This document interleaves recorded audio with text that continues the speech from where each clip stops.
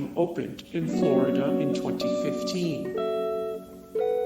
The original museum opened in Los Angeles in 2005. A second location opened in Clearwater, FL in 2015. It is virtually identical to the first location, featuring the same exhibits, videos, and restrictions against taking photos or carrying bags inside.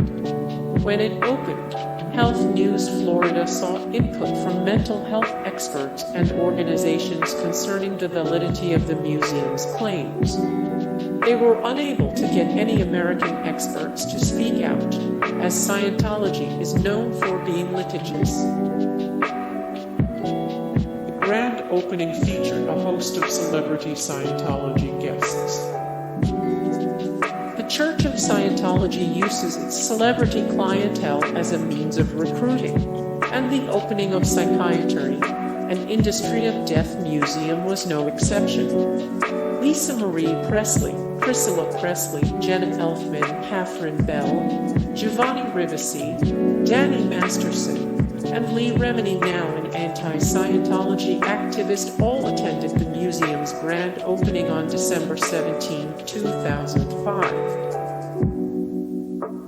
Ron Hubbard sought out psychiatric treatment and initially wanted the APA to approve Dianetics. Dianetics, the modern science of mental health, DL.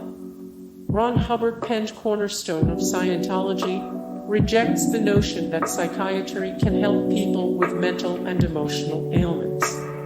In the book, Hubbard claims psychiatry practices, such as electroconvulsive therapy, are inhumane and ineffective. Hubbard posits that emotional and physical pain are the result of memories of past lives, called engrams. It seems strange that someone who sought out psychiatric help would condemn the practice. But in 1947, Hubbard sent the Veterans Administration VA a request for treatment. I cannot account for nor rise above long periods of moroseness and suicidal inclinations, and have newly come to realize that I must first triumph above this before I can hope to rehabilitate myself at all. Would you please help me? It is unclear if he got a response, but his son Ron DeWolf alleges his father received psychiatric treatment in the 1940s while at Oak Knoll Military Hospital. In 1950, Hubbard presented Dianetics to the American Psychological Association.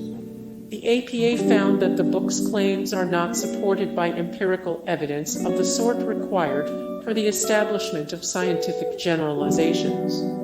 The organization suggested anyone using the techniques in the book view them as scientific investigations designed to test the validity of its claims, as opposed to proven treatments. Many believe this rejection catalyzed Hubbard's hatred of psychiatry.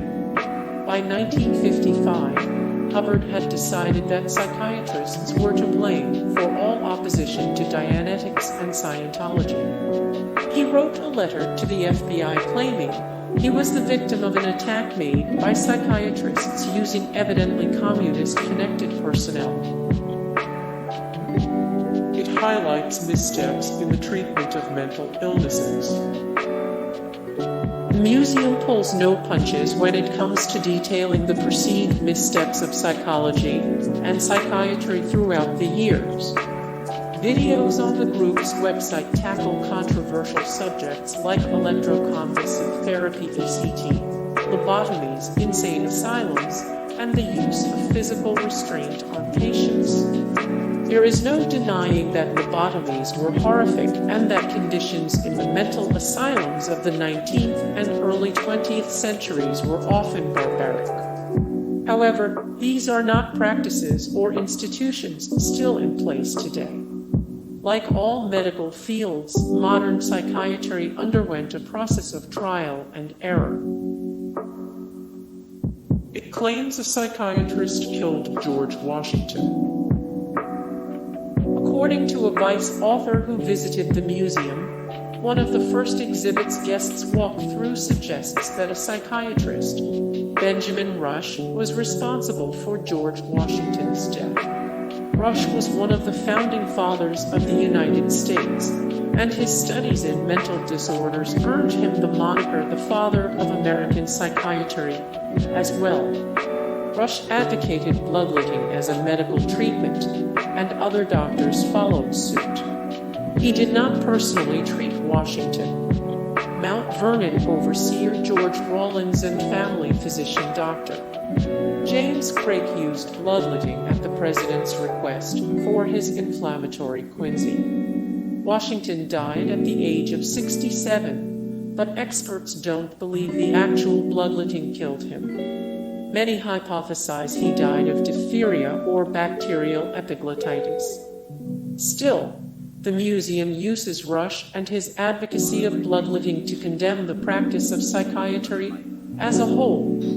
The father of American psychology killed the father of the United States of America, reads a plaque in the establishment.